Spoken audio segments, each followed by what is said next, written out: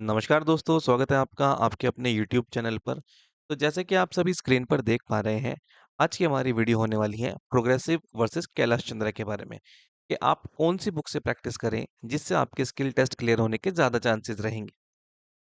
Video start करने से पहले मैं आप लोगों को बताना चाहता हूँ, स्टूडेंट्स की हैवी डिमांड पर हमने अपना अचीवर्स 2.0 बैच लॉन्च कर दिया है, जिसको लॉन्च करते के साथ ही स्टूडेंट्स अपनी सीट्स इसमें फिल करवा ली है स्टूडेंट्स ने, और इसकी कुछ ही सीटें बची हैं। तो आप भी अगर अपनी सीट्स को इसमें एनरोल कराना चाहते हैं, अपनी सीट को बुक करना चाहते हैं और हमारे साथ स्किल टेस्ट की तैयारी करना चाहते हैं, तो जल्दी से जल्दी अपनी सीट को फिक्स करें। इस स्किल टेस्ट को कौन बच्चे जॉइन कर सकते हैं? तो जिस भी स्टूडेंट ने अपनी शॉर्ट एंड क्विकमैन की बुक को खत्म कर लिया है, वो सभी स्टूडेंट्स इसे इसे परचेज कर सकते हैं, जिसके लिए आपको 999 की पेमेंट करनी होगी, जो कि आपके स्किल टेस्ट तक वैलिड रहेगी।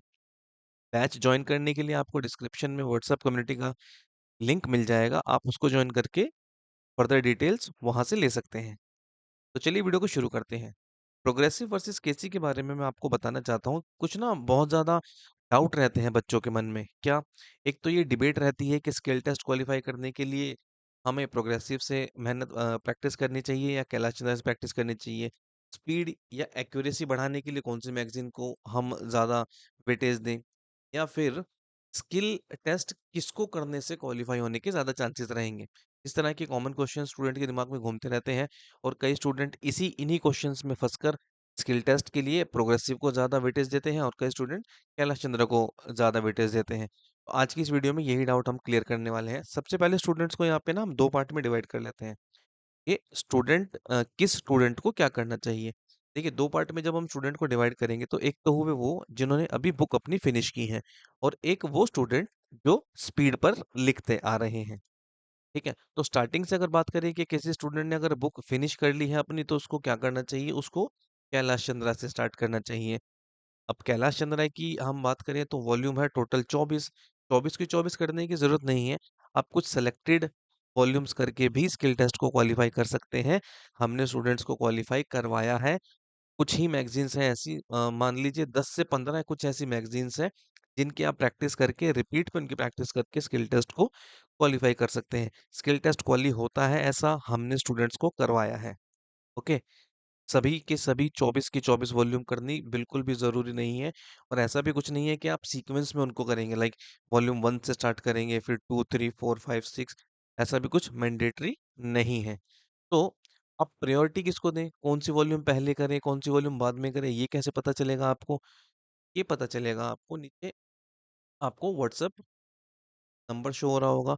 यहाँ से आप हमें व्हाट्सएप कर सकते हैं, या डिस्क्रिप्शन में व्हाट्सएप कम्युनिटी का लिंक दिया हुआ है, उसको जॉइन करिए। वहाँ से आपको सभी मैगज़ीन्स के कौन-कौन सी मैगज़ीन्स हमें करनी है, किस सीक्वेंस में करनी है, इसकी जानकारी आपको मिल जाएगी। फॉर एग्ज़ाम्पल, सेलेक्ट कुछ जैसे मैंने पीछे बताया यहाँ पर कि कुछ सेलेक्टेड वॉल्यूम्स करने चाहिए हमें, तो कौन-कौन से वॉल्यूम होंगे वो? जैसे कि वॉल्यूम 4, वॉल्यूम 6, वॉल्यूम 7, इस तरह से हम कुछ सेलेक्टेड 10 से 15 वॉल्यूम करते हैं, और 10 से 15 वॉल्यूम को करने के बाद ही स्किल टेस्ट को इजीली क्वालिफाई किया जा सकता है। बहुत सालों से स्टूडेंट ऐसा करते आ रहे हैं, जो हमसे जुड़े हुए हैं। इसका बेनिफिट क्या होगा आपको?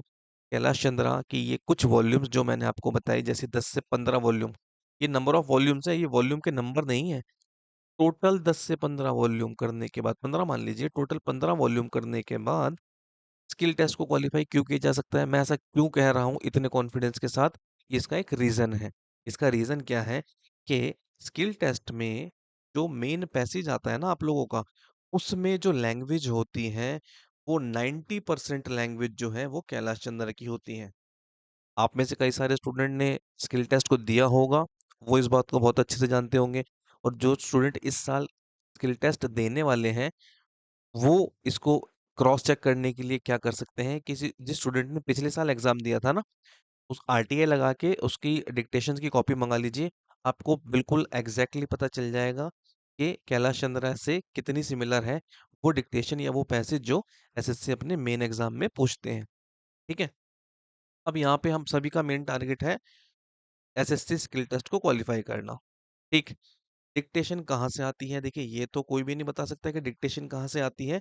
हाँ, हम इतना ज़रूर कर सकते हैं, क्योंकि एक लंबे एक्सपीरियंस के बाद हम इतना ज़रूर कह सकते हैं कि जो डिक्टेशन उसमें पूछी जाती है ना, उसकी 90% लैंग्वेज जो है वो केसी के सिमिलर होती हैं।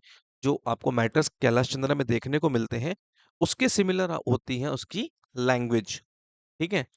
तो यहाँ से वेटेज बढ़ जाता है कैलाश चंद्रा का। जिन भी स्टूडेंट ने स्किल टेस्ट दिया है ना, वो इस बात से कंप्लीटली एग्री करेंगे। और जैसे कि मैंने अभी यहाँ पर बताया कि जो स्टूडेंट पहली बार स्किल टेस्ट देने जा रहे हैं, वो आरटीआई का रिप्लाई लगा के पिछले किसी भी साल की एक डिक्टेशन मंगा लीजिए। उसमें आपको डिफरेंस साफ-साफ देखने को मिल जाएगा कि प्रोग्रेसिव और कैलाश चंद्रा दोनों में से किसका वेटेज ज़्यादा रहता है। ठीक है? चलिए, अब बात करते हैं प्रोग्रेसिव की। यहाँ कैलाश चंद्र के बारे में मैंने आपको बता दिया कि क्यों कैलाश चंद्र इतनी इंपॉर्टेंट हो जाती हैं। खास करके उन स्टूडेंट्स के लिए जिन्होंने अभी जस्ट बुक फिनिश की है, उनके लिए तो कैलाश चंद्र बहुत ज़्यादा इंपॉर्टेंट हो जाती है, क्योंकि उसमें लैंग्वेज थोड़ी ईज़ी दी है और आप ईज़िली अडैप्ट कर सकते हैं उसके वर्ड्स को। स्पीड बिल्डिंग के लिए कैलाश चंद्र एक बहुत अच्छा ऑप्शन है।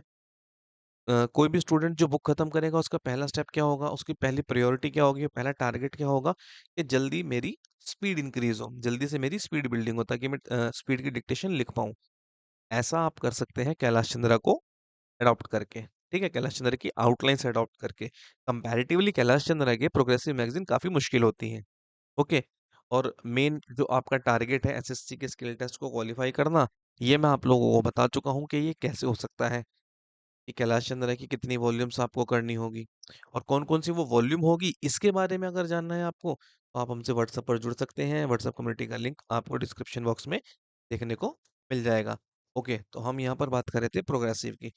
प्रोग्रेसिव की अगर हम बात करें ना, तो लैंग्वेज तो मैंने जैसे आपको बता ही दिया कि कैलाश चंद्र की लैंग्वेज लैंग्वेज पूछी जाती है मेन स्किल टेस्ट में।